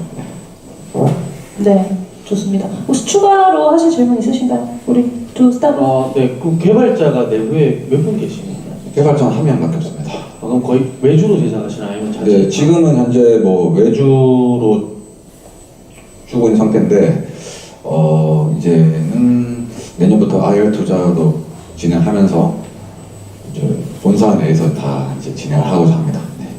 알겠습니다. 디자인도 직접 다 하십니까? 디자인은 제가 다 하고 있습니다. UI, UX 이런. 그 정도까지는 아니고 기본적인 그 웹 디자인이라든지 뭐 서비스 플랫폼에 대한 뭐 회사 우리 차량 보셨는지 모르겠지만은 랩핑되어 있는 차량들 기타 유니폼 이런 것들은 제가 다 디자인하고 있습니다. 대단하십니다. 대표자가 아는 게 사실 많아야 됩니다. 네. 그 방송에서도 제너럴 인간, 스페셜 인간, T자형 인간에 대해서 말한 적이 있습니다. 지금 굉장히 제너럴하게 업무를 많이 보고 계시는 것 같아요. 이 말이 혹시나 모르겠다, 뭔 말인지라는 분들은 방송을 듣기 바랍니다. 모르겠어요. 그렇다면 대표님을 위해서, 여러분들을 위해서 잠깐 설명을 해보면은 T자형 인간이라고 있어요. 우리 대표자들은 T자형 인간에 좀 가깝게끔 노력을 많이 하셔야 된다는 겁니다. 왜냐하면 우리가 인력을 많이 뽑으려고 해도 아까 돈 없어서 못 뽑는다고 하셨잖아요. 그리고 지원을 받아가지고 뽑으려고 해도 어떤 사람을 뽑아야 될지 감이 안 올 때가 많습니다. 초기에는. 그럴 때 대표자가 아름아름 알아야 된다는 거죠. 그러니까 깊게 알려고 하지 마세요. 얇게 아는 지식들을 이런 게 있구나 정도로 습자지 같은 지식을 딱 가지고 있잖아요. 그러면 어떤 사람을 선택을 해야지 내가 잘 될 수 있나를 볼 수 있어요. 그러고 나서 내가 해도 잘 안 되는 부분에 대해서는 채용도 하고 설득도 하고 그리고 투자 받아가지고 MOU 같은 걸 맺어가지고 파트너를 또 만들기도 하고 이런 식으로 지금 업무가 사실 진행이 돼야 되거든요. 지금 모르겠어요 하지만은 지금 T자와 인간에 가깝게끔 진행되고 있다. 대표님 혼자 모르시는 네. 것 같습니다. 네, 우리 이주영 대표님 마이크 드셨습니다. 예. 혹시 하고 싶은 다른 의견입니까? 네. 아 그런 건 아니고요. 대표님 오토 서비스 사실 힘들잖아요, 그죠? 네. 대표님 오토 서비스의 미래 방향은 어떻게 하다고 생각하세요? 오토 서비스의 미래 방향 이런 것도 되게 그러니까 쉽게 잘 오토 서비스가 돈을 벌 수 있다, 아니면 없다. 투자자 사이에서도 사실 네네. 플랫폼 비즈니스에 대한 논쟁이 좀 심하거든요. 네 맞습니다. 과연 플랫폼이 비즈니스가 되어서 안정적 수익을 가져올 수 있을까? 네. 그것은 어떤 모델을 잡느냐에 따라서 틀릴 것 같은데 제가 생각하는 오토 비즈니스 사업은 되게 비관적이었어요. 저도 왜냐하면 뭐 대기업인 뭐 카카오톡도 다 실패를 했었고 실패한 이유가 제가 생각하기에는 현장 진짜 이 야생을 잘 몰라서 그런 게 좀 크다고 생각해요. 근데 저 같은 경우는 진짜 현장에서 아침 일찍 출근해서 일 다 보고 7시에 현장 가서 영업하고 차도 땄습니다. 지금은 안 하지만 초기에 한 1년 이상은 제가 영업도 하고 차까지 닦아가면서 새벽 3, 4시까지 일을 하고 잠 3시간 자고 그렇게 1년 이상을 했거든요. 그렇게 하면서 진짜 영세업들을 사장님들하고 대화도 많이 해보고 처음엔 싸웠지만은 형동생 맺어서 이야기도 해보고 그러다가 조합 사람들을 알게 되고 조합원들하고 이야기도 하고 조합 회장들, 부회장들 서로 조칭 쓰면서 얘기하니까 대화가 잘 안 되더라고요. 형 동생 합시다. 형님 하고 제가 다가서고 동생 하면서 얘기를 하더라고요. 그러면서 서로 접점이 생기기 시작했어요.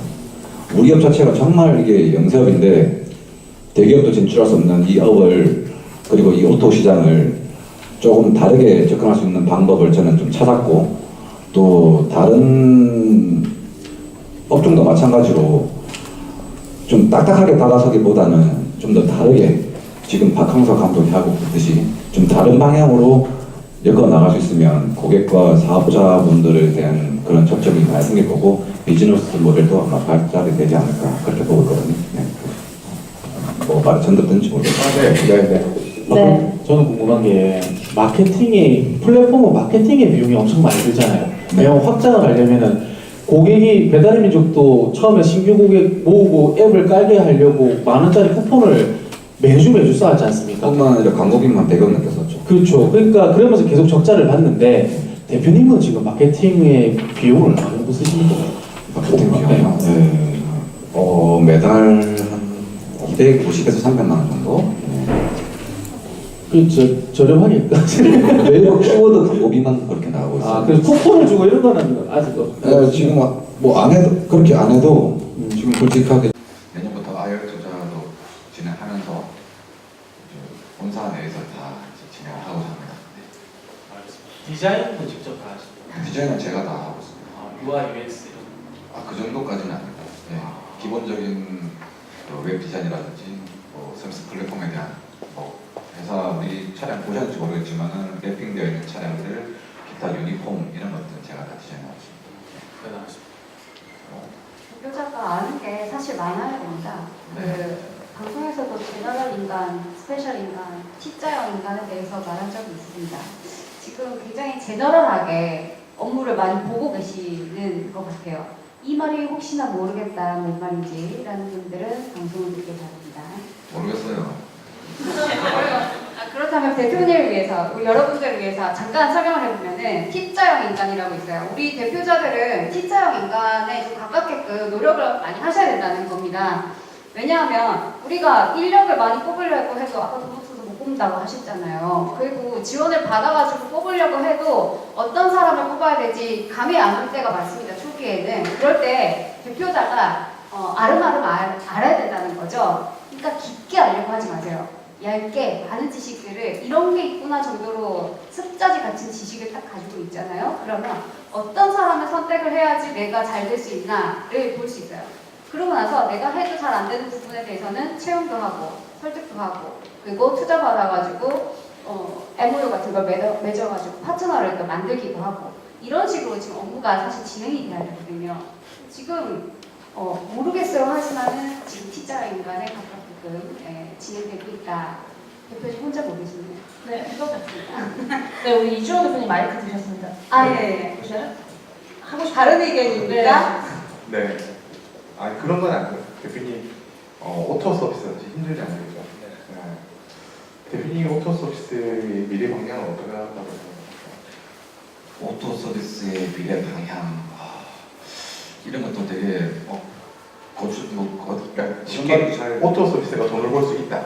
아니면 없다. 투자자 사이에서도 사실 네네. 플랫폼 비즈니스에 대한 논쟁이 좀 심하거든요. 네 맞습니다. 과연 플랫폼이 비즈니스가 되어서 안정적 수익을 가져올 수 있을까? 네. 그것은 어떤 모델을 잡느냐에 따라서 틀릴 것 같은데 제가 생각하는 오토 비즈니스 사업은 되게 비관적이었어요. 저도 왜냐하면 뭐 대기업인 뭐 카카오톡도 다 실패했었고 실패한 이유가 제가 생각하기에는 현장 진짜 이 야생을 잘 몰라서 그런 게 좀 크다고 생각해요. 근데 저 같은 경우는 진짜 현장에서 아침 일찍 출근해서 일 다 보고 7시에 현장 가서 영업하고 차도 땄습니다. 지금은 안 하지만 초기에 한 1년 이상은 제가 영업도 하고 차까지 닦아가면서 새벽 3, 4시까지 일을 하고 잠 3시간 자고 그렇게 1년 이상을 했거든요. 그렇게 하면서 진짜 영세업들을 사장님들하고 대화도 많이 해보고 처음에 싸웠지만은 형동생 맺어서 이야기도 해보고 그러다가 조합 사람들을 알게 되고 조합원들하고 이야기도 하고 조합 회장들, 부회장들 서로 조증 쓰면서 얘기하니까 대화가 잘 안 되더라고요. 형동생 합시다. 형님 하고 제가 다가서고 동생 하면서 얘기를 하더라고요. 그러면서 서로 접점이 생기기 시작했어요.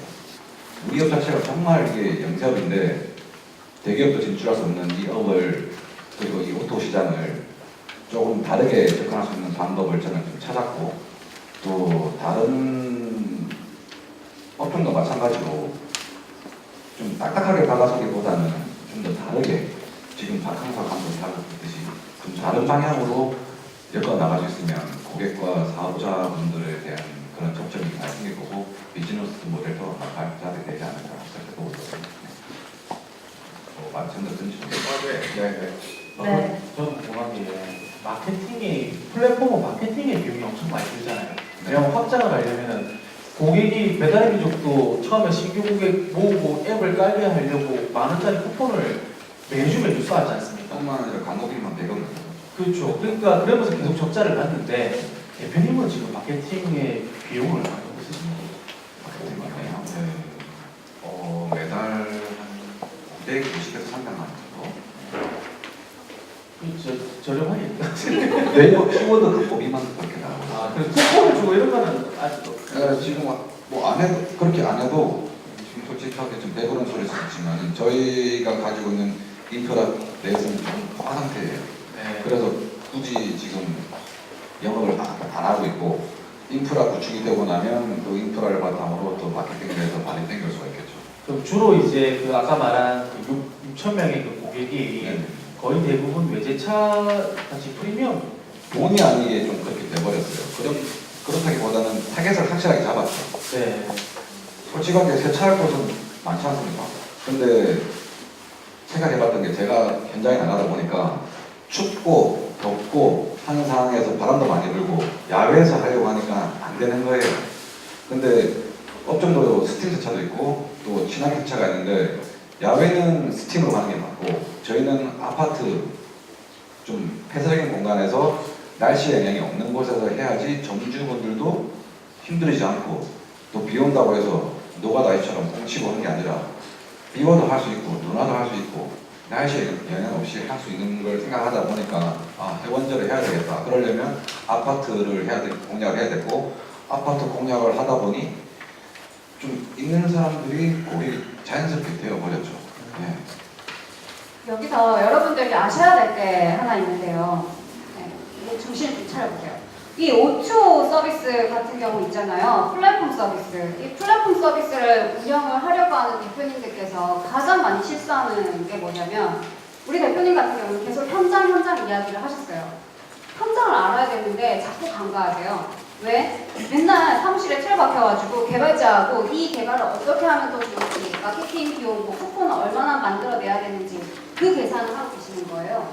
처음에는 사실 현장을 알고 있기 때문에 이 플랫폼을 서비스를 해봐야 되겠다. 그런 결심을 하고 시작하시거든요.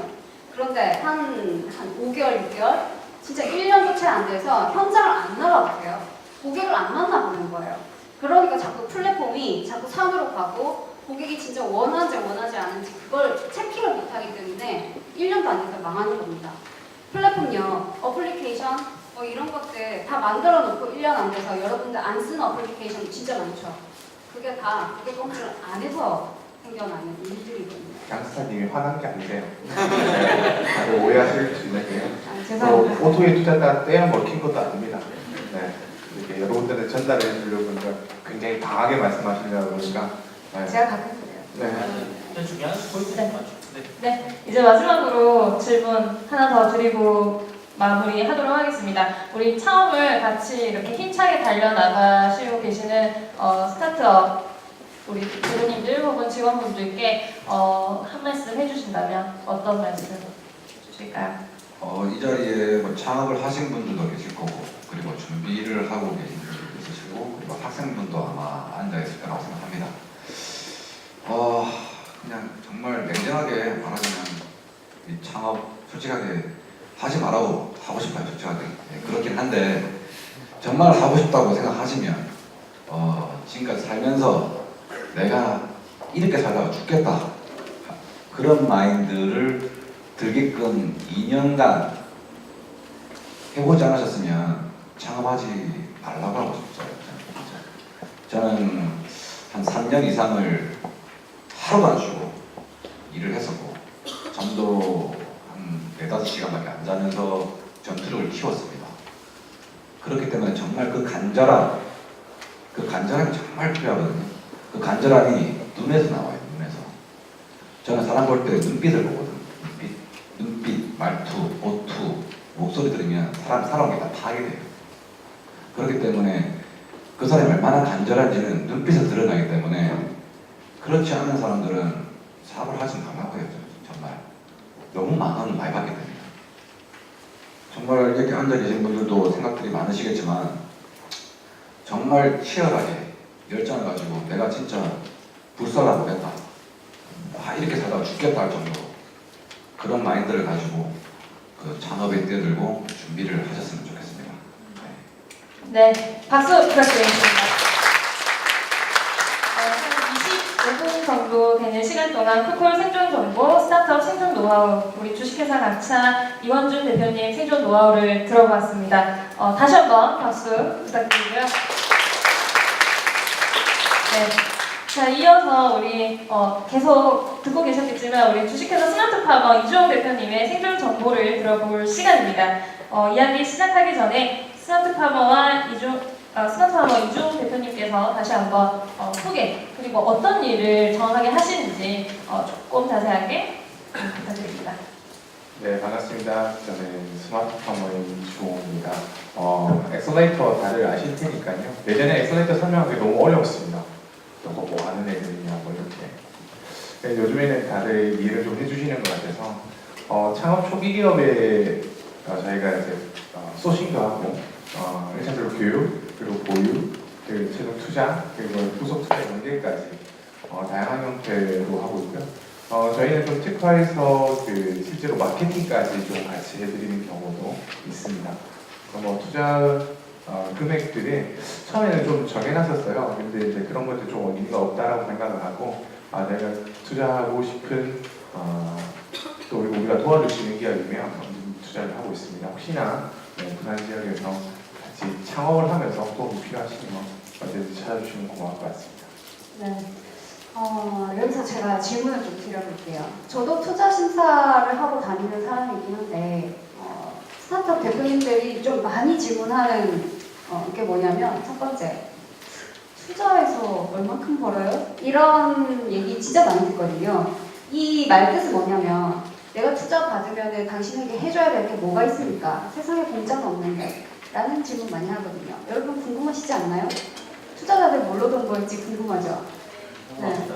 네, 궁금하죠? 뭐로 사는지. 네. 제가 하는 것보다는 그래도 현장에서 직접 하고 계시는 이조 대표님 네. 잘 안 끊기시면서 궁금해하실 것 네, 같으니까. 뭐 일단 뭐 투자를 하면요 제일 큰 수익은 투자를 했을 때 엑시트죠. 네, 여러분들의 기업이 최소 10배는 이상 성장을 하고 그 이후에도 더 성장을 해서 우리 주식을 팔 수 있다는 게 혹은 여러분들이 상장이나 M&A에 대해서 우리는 팔 수 있는데 저희가 아까도 말씀드린 3년 이내거든요. 너무 먼 길이에요. 그렇다 보니 엑셀레이터들이 국가에서 이제 전문 인력이나 자본금 그리고 교육 공간들을 일정 부분 보유하고 있어야 등록을 해줍니다. 그래서 주기부에 등록을 하면 여러분들이 받고 있는 여러 가지 창업 교육들을 국가기관과 같이 운영하게 됩니다. 그런 운영 수익을 남기기도 하고요. 저희 같은 경우는 펀드 개인 투자 조합을 가지고 있는데요. 그 개인 투자 조합의 관리 보수도 받고 아주 적지만 그리고 성과 보수라고 다른 분들의 돈을 잘 굴려서 성공했을 때 저희가 일정 부분의 성과도 가져가는 부분이 있습니다. 그런 것들도 수익을 남긴다는 생각합니다. 그러니까 지금 이 말은 뭐냐면 초기 스타트업한테 투자를 해봤자 우리가 크게 먹는 건 없다. 그 중에 10개 중에 하나는 1000% 이상 수익률 낼 수 있는 업체를 우리가 잘 골라야 되는데 패스하는 거예요. 투자 심사요? 잘 심사해가지고 와라. 이런 거겠죠? 맞나요? 근데 저는 참고를 좀 내겠습니다. 아니 제가 그 뭐랄까 그 개인적으로 그냥 이제 투자 쪽 관심이 많아서 예전에 좀 연구를 했었는데 그 엑시트라는 게 주로 이제 M&A랑 IPO로 가는데 IPO 같은 경우에는 우리나라가 한 14년 정도 걸리는 걸로 알고 있고 M&A는 또 사실 그렇게 건수가 많이 없는 걸로 알고 있는데 주로 엑시트를 어떤 걸로 할까요? 사실 엑시트를 M&A나 IPO로만 보시지 않을 수도 있어요. 그러니까 제가 궁금했어요. 네. 뭐 구주를 매각할 수도 있고요. 또 대표님이 한테 옵션을 제가 행사할 때도 있고 또 대표님이 옵션을 행사하실 때도 있어요. 그러니까 기업이 그동안 잘 나가고 있는데 너한테 지분 주는 게 싫다. 대신 이제 우리가 지금 현재 가치에서 이 지분을 회수할게. 그래서 저희 지분을 되사가는 경우들도 있습니다. 저희가 그렇게 엑시트를 하는 경우도 있고요. 프랜차이즈 같은 경우는 저희가 이제 투자를 해서 뭐 배당금 투자 뭐 이런 것들도 다양한 방법들이 있거든요. 그래서 뭐 굳이 뭐 M&A나 IPO로만 엑시트를 하는 건 아니다라는 것 정도만 이해를 하고 계셔도 많은 걸 배워가지 않나 생각합니다. 네, 맞습니다. 근데 요즘에는 M&A, 제가 M&A 센터를 하고 있으니까 하는 말인데 작은 기업에서도 M&A가 활발하게 일어나고 있습니다. 예전에는 뭐 90%가 IPO고 10%가 M&A다 이렇게 나왔는데 점점 또 수치가 바뀌고 있는 것 같아요. 왜 우리 건 안 사줘요 그러면? 아직 멀었어요. 네, 제가 판단합니다. 어쨌든 간에 그 M&A를 하는 것도 뭐 100억 받아야지, 200억 받아야지 뭐 이렇게 큰 규모가 아니라 원래 그 타 국가의 스타트업이 성장하는 그 반응을 보면은 어떠냐면 M&A를 작은 건수로 계속 키워나가는 거예요. 그러니까 잘 나가는 기업들 뭐 페이스북, 뭐 애플 이런 사들이 전부 다 M&A를 수십 건씩 가지고 있어요. 그 경력 자체를. 거기 안에 CEO를 누구를 두느냐가 문제인 거지 여러분들의 그 업이 없어지는 게 아니에요. M&A 하면 전부 다 예전 사람들을 적대적 M&A 이래서 내가 열심히 키웠는데 없어지는 거 아니야? 막 이랬는데 최근에서는 젊은 분들은 M&A에 대한 인식이 많이 괜찮아지는 것 같습니다. 저희 때도 사주십시오. 그래야 좋은 가격에. 그러면은 볼 때마다 잘 엑셀러레이터는요. 네. 이제 거의 이제 초창기 때 투자를 하지 않습니까? 네. 그러면 예를 들어 이분들이 궁금해할 건 아마 얼마를 받고 얼마를 줘야 되나? 예를 들어서 금액을 얼마를 받고 내가 지분 얼마 줘야 될까? 사실 다 다릅니다. 그러니까 뭐 법적으로 아까 저도 보니까 뭐 10%뭐 금액 정해져 있는데요. 그렇지는 않고요. 기업의 사이즈, 혹은 뭐 현재 상황, 시장의 경쟁 강도, 경쟁자와 대비해서 우리의 장점 이런 것들 전부 다 파악하고 이제 밸류에이션을 하고요. 두 번째 저희 같은 경우는 밸류에이션 자체를 할 때 저희가 밸류에이션을 더 높여줄 수 있는 역할을 할 수 있느냐를 훨씬 더 중요하게 봅니다.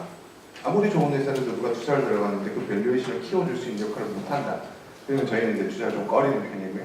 뭐 이 회사가 물을 만드는데 우리가 물을 유통할 수 있는 VC나 혹은 여기 VC 투자하는 뭐 회사들 다 알고 있다. 그러면 이런 회사에 투자에 들어가서 저기 우리 유통망을 가지고 있는 것들 연결해 주는 거죠. 그럼 매출이 급등하게 되고 이런 경우는 이 기업 같이 올라가니까 우리가 역할을 할 수 있는 걸 훨씬 더 중요하게 보는 겁니다. 네, 좀 편안한 질문을 네. 드려보죠. 아 맞아요. 그래서 너무 어려웠나요, 여러분? 나한테만 계속 왜 이래요? 그러니까 저는 지금 궁금한 게 있어요 사실. 네.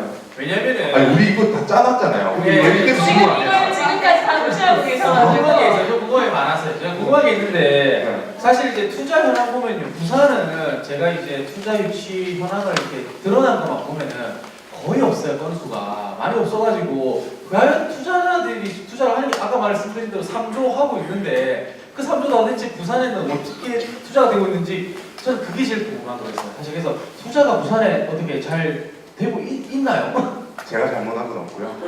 열심히 하고 있습니다. 네. 아까 이제 다양성인데요. 그 다양성 중에 하나의 복지를 가지고 있는 지자체라고 봅니다. 부산은 다른 지자체에 비해서 굉장히 활발하게 투자 펀드를 만드는 데 역할을 해주고 있고요. 제가 조사한 거로는 최근 2년간 124개가 140억 정도를 받았어요. 근데 왜 작아 보이냐? 이건 기본적으로 수요와 공급의 문제입니다. 투자를 받고 싶어하는 기업들이 굉장히 많으나 투자처는 작아요. 확실히 작습니다. 그러니까 투자를 받기 전까지는 저희한테 찾아오는 분들은 굉장히 많으세요. 근데 그 많은 분들 중에 우리가 처음 뵙는 분이잖아요.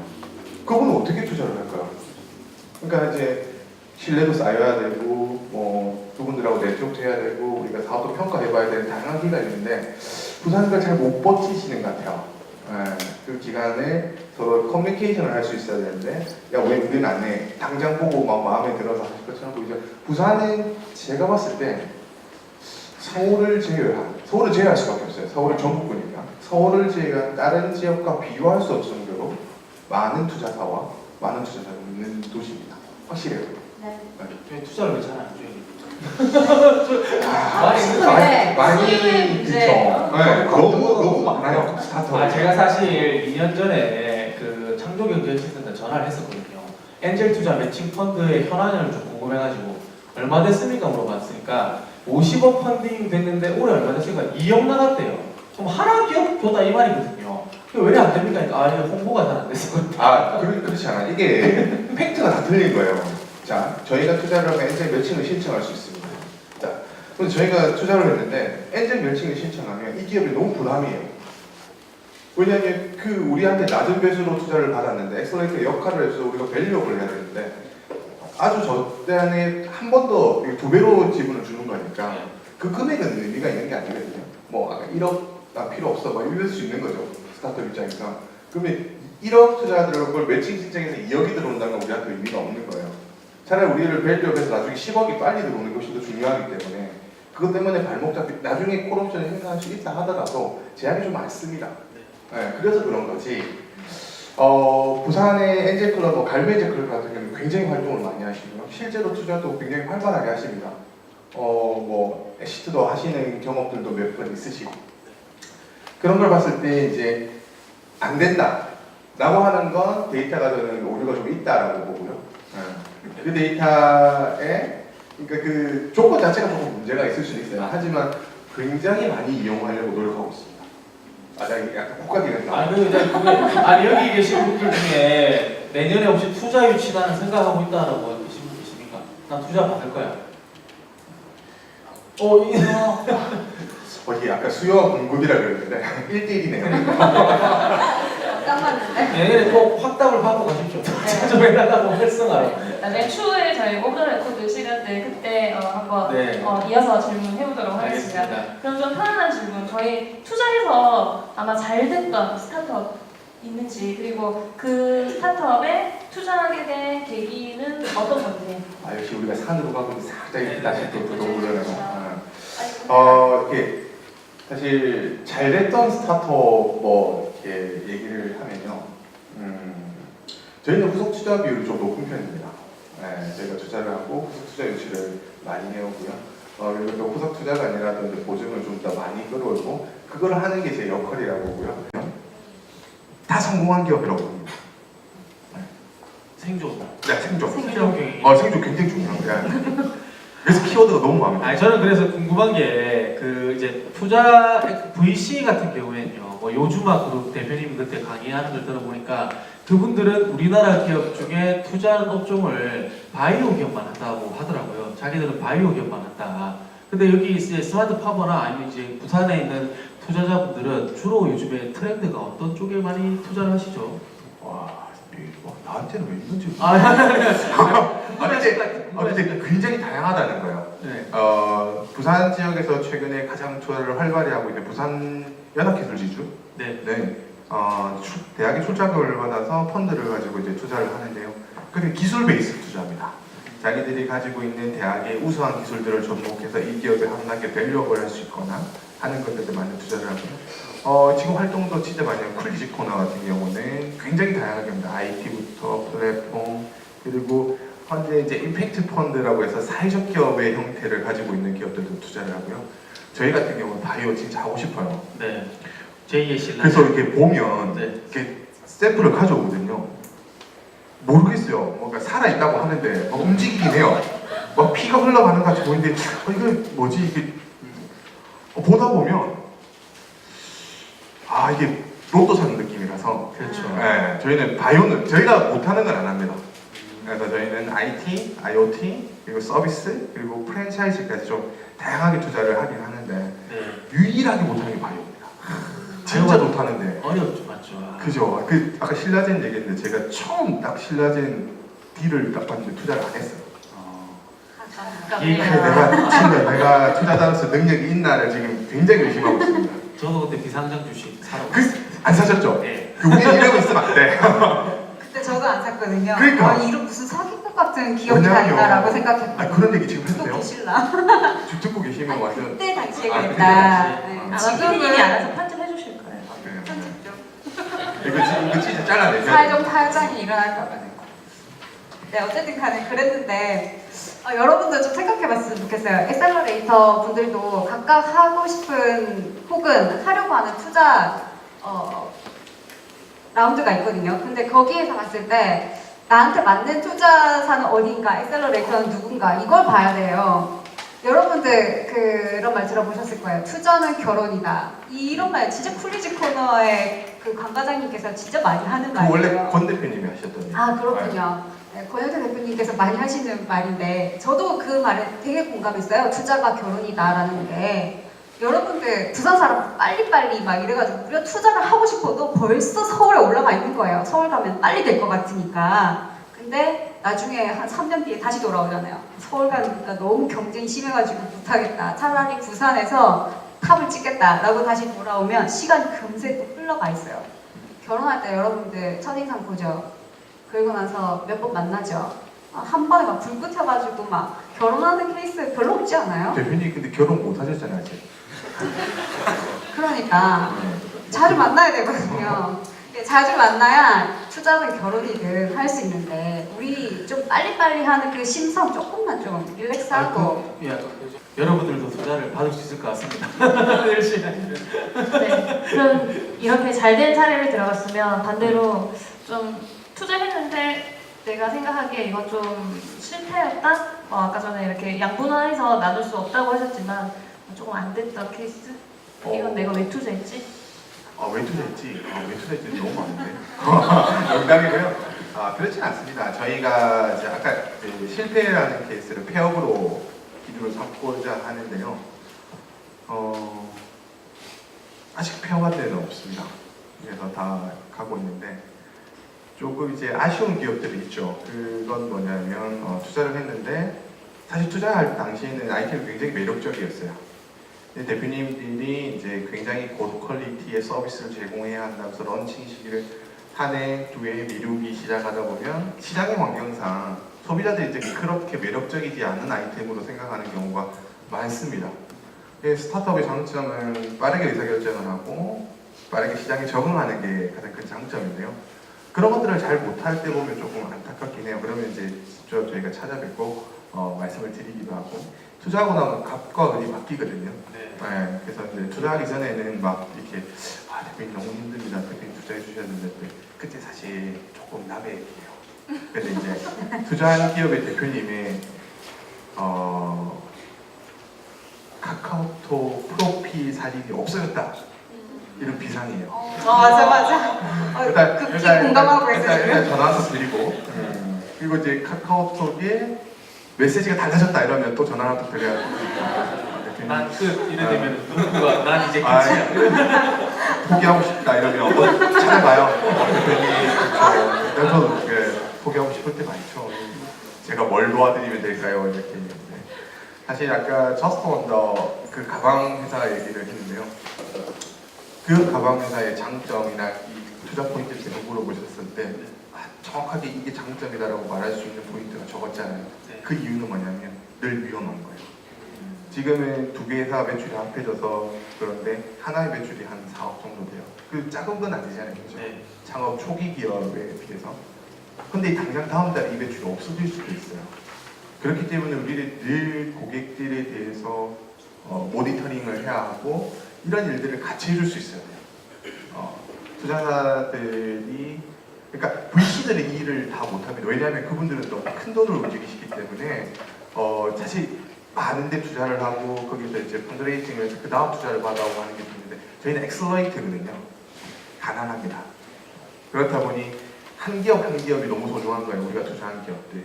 그래서 그 기업들이 그 다음 라운드로 가기 위해서 혹은 그 다음 단계로 가기 위해서 굉장히 애를 많이 쓰고 있고요. 실패라고 하면 그렇고 성공이라고도 그래요. 다 성공을 하고 싶어하는 단계에 있는 것 같아요. 근데 하지만 아직은 실패가 아니다. 그 정도이지 다 성공을 했다라고. 아직 끝이라고 해놓거나 그죠? 프로필이 여기 없어진 곳이 제가 없었나 노트북 봐요. 보이죠? 여기 보이는 이제 로고들이 저희가 투자한 회사들도 있고. 그러니까 잘 보고 혹시 주변에 이제 임산부들이 계시면 태교 여행은 핑크투어를 이용하시고 아버지가 건설 회사를 하고 계시면 이제 크레인 충돌 방지 부수마를 이용하시고 네. 그리고 혹시나 여기 배달 같은 거 하실 때는 이제 플리즈에 부탁합니다 뭐 이런 것들 네. 그 꽃은 깨알같이 홍보를. 아니 저는 그때 또 궁금한 게 있는데 네. 투자를 했잖아요. 네. 그럼 어차피 이건 내 돈이 아니고 저도 펀딩을 받은 걸 대행을 해주시는 거지 않습니까? 제 돈이 그래요? 섞여 있어요. 섞여 있죠. 아무튼 예. 근데 제 비율이 높죠. 네, 그거 이제 아무튼 이제 다른 사람들도 들어가 있다고 치고요. 네네네네. 실패를 하면은 그 돈이 휴지가 되는 거지 않습니까? 주식으로 치면요. 네. 그럴 경우에는 그분들한테는 어떻게 죄송합니다라고 하고 끝인 건가요? 아니면은 일단 나한테 줬잖아요. 그 사람도 나한테 투자를 한 건데. 네. 그럼 내가 투자를 스타트업 기업들이 이렇게 투자를 했는데 실패를 했어요. 그럼 기업 대표가 저한테 죄송하다 얘기할 필요가 없어요. 왜? 나는 그 기업의 성장 가능성을 보고 투자를 한 거거든요. 투자를 잘못한 내가 잘못이지 그 사람 잘못한 게 없으니까. 그러니까 대표님이 잘못, 그러니까 또 돈을 또. 그죠? 그 사람들도 날 잘못 본 거지. 네. 인간 관계적으로. 그게 그냥 인간관계를 끊으니까. 그러니까요, 이 개인 존중. 아니, 그러니까 궁금하실 것 같아요. 왜냐면은 투자했는데 실패하면은 뭔가 페널티가 있나 이런 생각이. 페널티는 없는데요. 네. 인간관계는 끊기겠죠. 평가시 조금 깎긴 하죠. 많이 깎이겠죠. 근데 이제 참 다행인 게 그치 중요한 질문을 해주시는 거예요. 정말 소중한 돈이거든요. 네.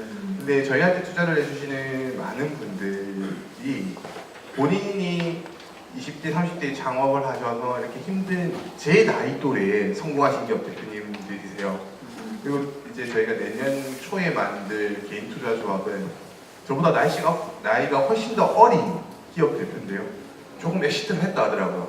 근데 제가 형이 우리 회사 성장하는 데 많이 도와줬으니까 형 펀드 만들 때 저도 출자해도 될까요? 라고 하더라고요. 와, 너무 감동인 거예요. 근데 다시 한번 생각해 걔가 성격이 별로 안 좋거든요. 다 일러줘야지. 뭔지 알 것 같은데. 갑질을 할 것 같아서 일러주면 안 돼요.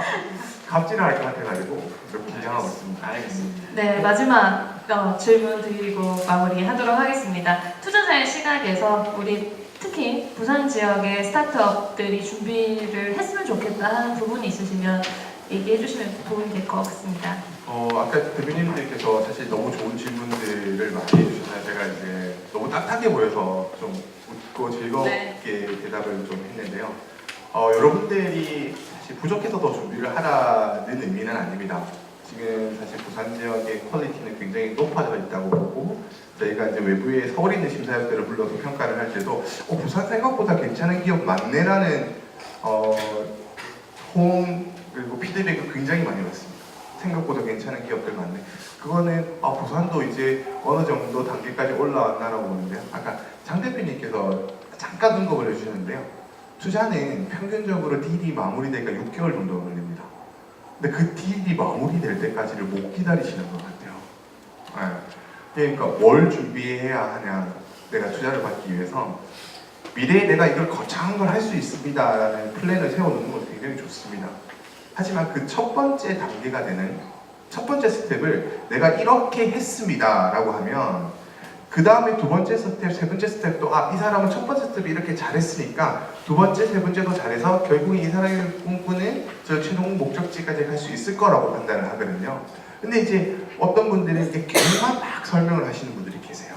그래서 이게 마이스톤이라는데 여러분 첫 번째 단계의 목표는 달성을 하셔야 돼요. 그게 뭐가 됐든.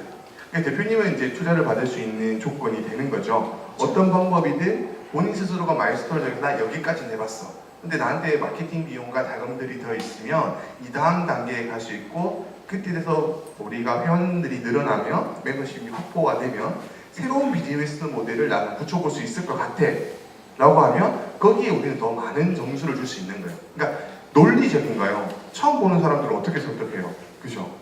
그러면 그 사람을 설득하기 위해서 일정 부분의 명분과 논리는 필요하다 하는 것 정도만 이해를 해주셔도 좋을 것 같아요. 그러면 이제 가차 대표님이 네. 내년에 IR 준비하신다고 했지 않습니까? 예상 얼마 정도를 받고 싶습니까, 대표님? 뭐 3천만 원 이렇게는 아닐 거 아니에요. 기본적인 상상입니다. 예, 기본적인 네. 상상인데. 얼마 정도 네. 예상하고 계십니까? 이제 머리가 복잡해지는데요. 크게 부르고신가 낮게 네, 부르고신가. 뭐 3억에서 한 5억 정도는 큰가요? 10억은 받아야죠, 제가 봤을 때. 한 번에 10억이면 좋겠지만은 초기에 저는 한 번에 그렇게 많은 돈이 필요하지 않습니다. 제가 봤을 때. 네, 일단 3억, 5억 하고 모자라면 대표님이 진짜 잘하시는 것 같아요. 맞아. 네, 맞죠. 네, 맞아요. 투자 심사역들이 진짜 네. 좋아하는 말. 그럼 이쪽 단계는 시리즈 A입니까? 아니요, 프리요. 프리 시리즈 A. 감사합니다. 그렇게 이해하시면 될 것 같아요. 아까 들으셨죠? 2년 반 됐고 매출이 7억에서 8억 나오고 월 고정 고객이 6천명 정도 되면은 우리가 프리 시리즈 A 정도를 노려볼 수 있다. 거기까지 안 가더라도 네, 가능성 있어요. 네. 그러니까 지표가 다 다르는 거죠. 아까 말씀드렸던 뭐 오토오니까. 근데 이제 오토어여서 약간 좀 이렇게 고민을 많이 해봐야 돼요. 근데 그 역시 인천 빼고 다 진출하셨다고. 네, 그렇긴 한데 말씀하시피 지금 오토 자체가 워낙에 비관적으로 보시는 분들도 많으시고 왜냐면 카카오도 한번 해먹었으니까 뭐 그런 것도 있지만은 어떻게 컨트롤 해 나가는지 그게 가장 중요한 것 같아요. 제가 만약에 카카오에 있었으면 카카오 드라이버 같은 경우는 제가 그렇게 일을 안 보냈을 것 같아요. 하나하나 다 만나고 이야기를 했을 것 같은데 너무 돈으로만 바라보고 사업을 접근하게 되면 대화가 안 될 것 같거든요. 좀 다르게 접근하는 방식이 필요하지 않을까. 네, 저도 그렇게 생각합니다. 네네. 대표님을 카카오 이사님으로. 네, 카카오 제가 올렸으면 그렇게 하지 않았어요, 진짜. 네, 내년 이맘때쯤 다시 공개 방송을 하게 되면 우리 가차 대표님 어떻게 투자 받으셨는지 또 확인해 보도록 하겠습니다. 안 오시면은 뭐 제가 알아서 네. 생각하도록 그 프로필이 이제 사진 없어지면 알겠습니다. 네, 스타트업이 조금 더 신경 써줬으면 하는 부분들까지 이야기해 주신 우리 스마트 파머의 이주홍 대표님께 큰 박수 부탁드립니다.